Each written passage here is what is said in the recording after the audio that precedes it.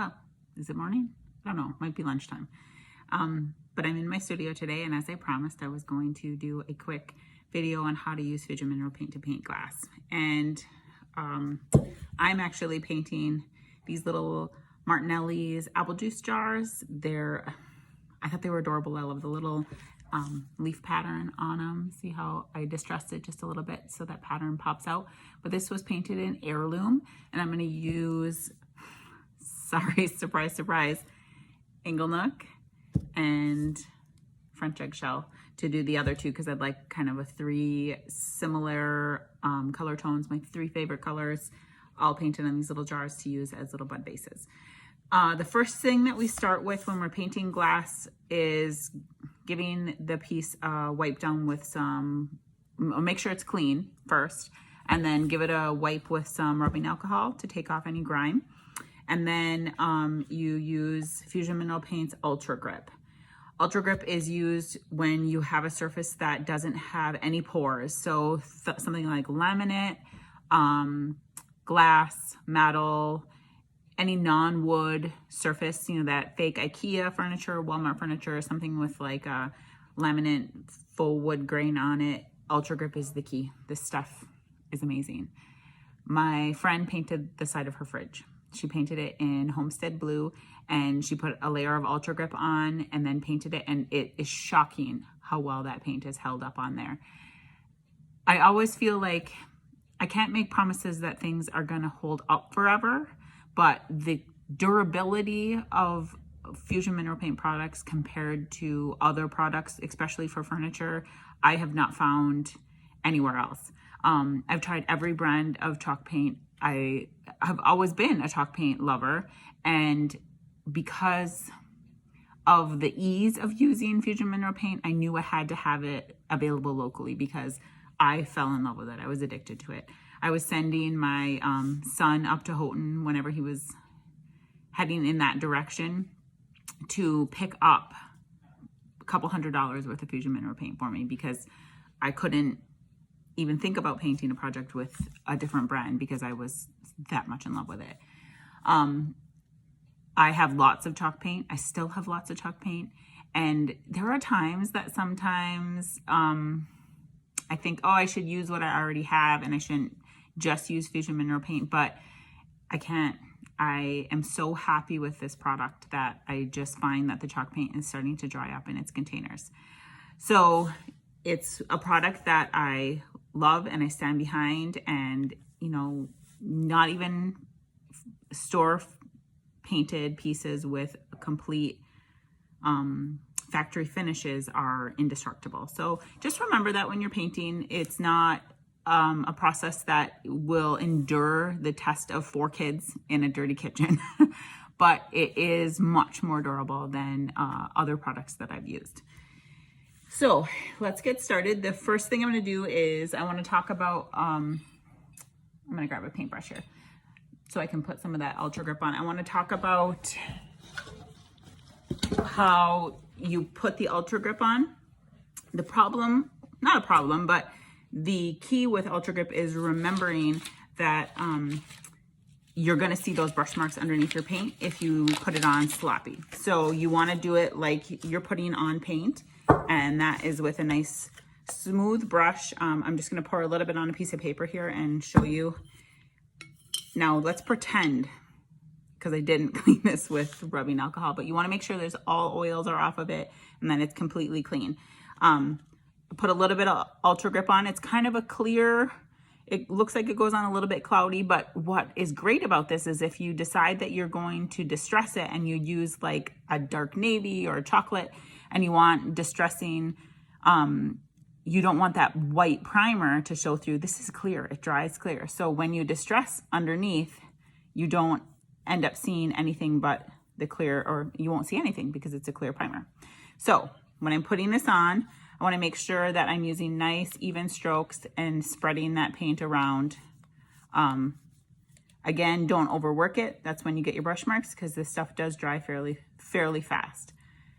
The key with this is that you have to let it dry a minimum of 6 hours before you paint. it.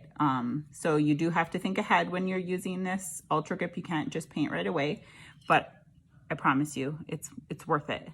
I have a huge laminate top dining table that I'm going to be painting, and I'm going to use Ultra Grip on the top because it's not real wood, but it's as easy as that. Make sure that you put it on nice and smooth.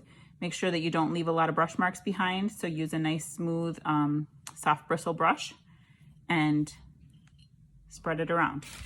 So now that we have our Ultra Grip on and these two are dry, I'll show you how to just paint them.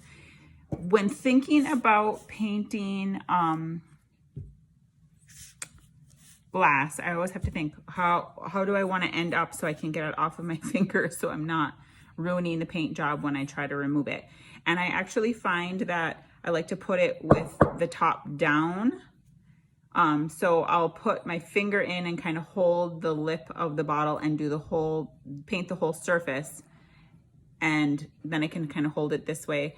And then I'll only have one little fingerprint at the top because I'll lean it down and lift my finger off. Do what's comfortable for you. You don't have to, everything I do isn't exactly probably perfect. Oh, I thought I got actual paint. It's just paint chips. Thought I ruined my new sweater.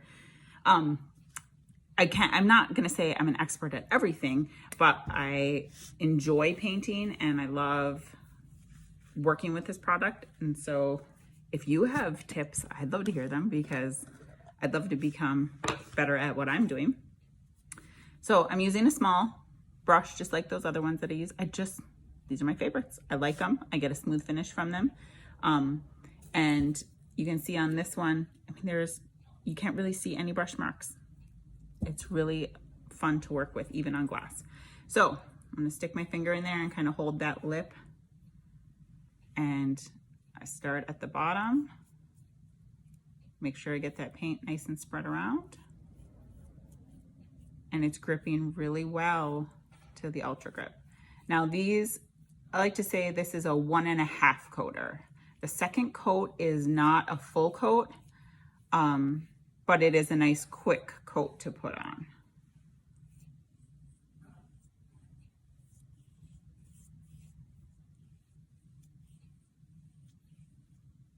Let's see how well that paint is going on to the glass.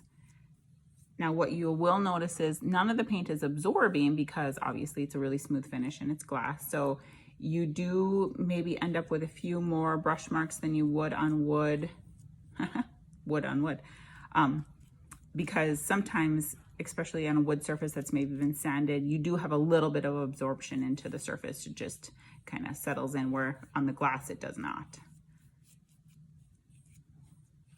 So I'm gonna kind of move my fingertip and get as close up to the little lip as I can. And this is a nice example of distressing with Fusion Mineral Paint. With chalk paint, that was really what the purpose of chalk paint was for a distressed old furniture look. And you can still do that with Fusion Mineral Paint. You don't have to worry about the top coat. And I think that's really my favorite part of all of this. My other favorite part of Fusion Mineral Paint is that there's no smell. I do not smell a thing. We were painting a dining table over at a friend of mine's house, and she had furniture people coming in with her new couch. And we asked, can you smell anything? Can you smell any paint? I'm really curious. And he said, no, I can't even tell that you're painting. So it's a no VOC paint. It's safe to use around kids and pets. It's, you know, I never worry. I would have absolutely no problem painting a piece of furniture for my child in the living room on my coffee table. Well, trust me, I do. I paint on my coffee table all the time. Throw a plastic tablecloth over the top, and I put a piece of furniture there, and I put my favorite show on, and I paint. So sometimes I'll actually try to use the brush and use that to get it, and then I'll smooth that out a little. I'll show you. I just smooth away my brush mark there. And now I'll paint the little lip. It's kind of hard to show, but I just use my brush once I get it down flat and paint along the little lip there. We'll let that dry. I thought that the combination of my three favorite colors was kind of a pretty combination, the French Eggshell and the Inglenook and Heirloom, my three favorites. I am addicted to any shade of Robin's Egg Blue. French Eggshell was like the perfect shade of Robin's Egg Blue. I think Heirloom's a little dark and a little bit more blue, and Inglenook is it's very light and it's a little more green, and French Eggshell is right in the middle. So I'm gonna start working on painting this one too. Same thing, just go over and smooth that paint out.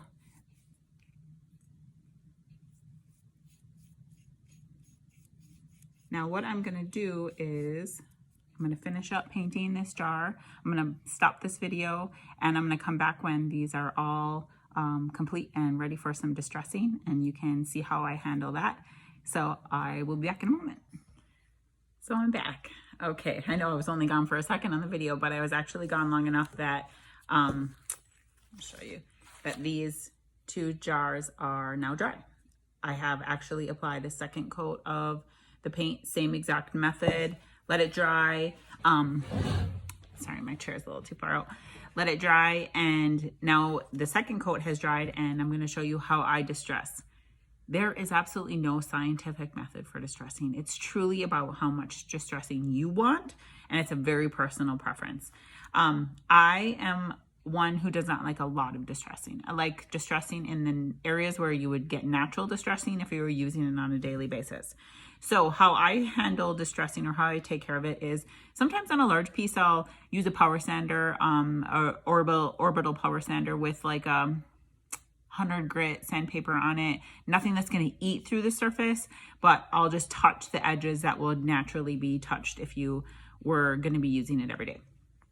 So when I'm distressing something like this, I love the little leaf pattern that's on there, and a little distressing is actually interesting because it, number one, it distracts you from any imperfections, and number two, it draws your eye to details. So I would take those little leaves like that, and I just rub the sanding sponge right over the top of the surface, because it'll naturally rub away where there's a raised surface. Now, if you were using that every day, that's where it would naturally rub away, is where the surface is raised or there's a corner or an edge. So you want to just lightly take the sandpaper. The nice thing about Fusion Mineral Paint compared to chalk paint is that it's not really dusty. When you distress chalk paint, it's dusty. There is a lot of dust. I mean, it's a chalk-based paint. Where Fusion Mineral Paint is an acrylic-based paint, and so it hardens up. That's why you don't need a top coat, and it's not as dusty. Now, you still get a little bit of dust, obviously. I mean, that's part of sanding, but look at that, how cute that is. Now, if I did this and I was disappointed because of those little spots up by the top of the leaf, and I didn't like that, the solution, get your paintbrush out and touch that spot up. I also like to hit the edge of the bottle top, just because you know that that would naturally get touched. And then there's some lettering down at the bottom, and I'll hit that just because. Why not? If you don't like that idea, then you don't have to. But Martinelli shows up. So I'm gonna quickly sand the other one, and then I'm gonna show you what I would use these for.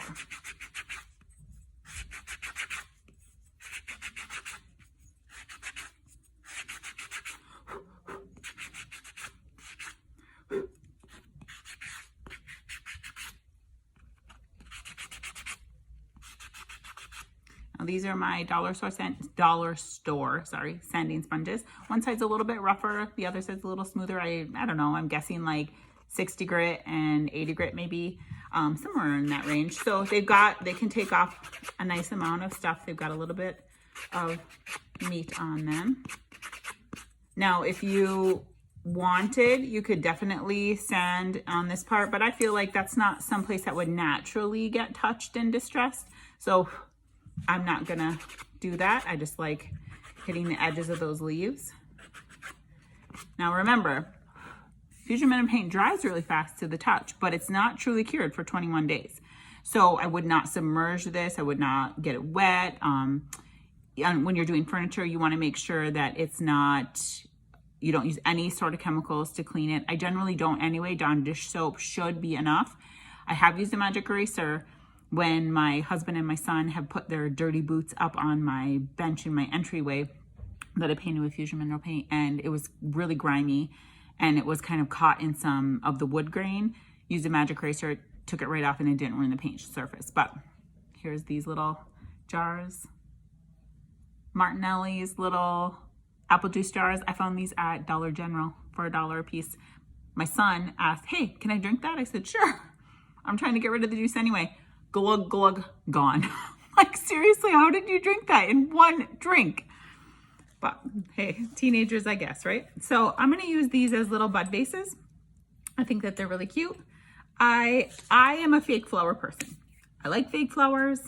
I kill plants. My summer flowers barely make it through the summer because I forget to water them. I'm busy with paint. So I am a total lover of fake plants. Sorry about that. A woman was coming to the door, and so I had to edit out my frantic shut my video. This is not my natural, what I naturally am good at. This video stuff is crazy. But anyway, I just wanted to show you how I would style these. I love, I was talking about fake greenery. I love fake greenery. I don't kill it. And every now and then it needs a little dusting. If you put it in a plastic bag with a little bit of sugar and give it a shake, you get the dust off very easily. But this is how I would probably style these, or I would make sure I have enough of these with maybe just some leaves, and do something really simple. There's so much out there now. You could put fresh flowers in these. These are water safe. They're glass jars, so you could put some water in there. And put a few fresh buds. And I think that I like the different combination of my 3 favorite colors here. This is the Inglenook. It's a little bit of a lighter green shade. This is the French Eggshell, which is a little bit more of a blue tone. And this is Heirloom, which is the darker and more of a blue tone. So thank you. Thank you for watching, coming along on this crazy ride that I'm doing. And I'm excited to show you the vanity that I've been working on. I have some video clips of that, and I will do some more video clips just to show the finished product. And I look forward to your comments, and I'd love to work on a project that maybe you're interested in me doing. So feel free to let me know what you want me to paint. And thank you. Thank you for coming along for this ride. I will talk to you soon.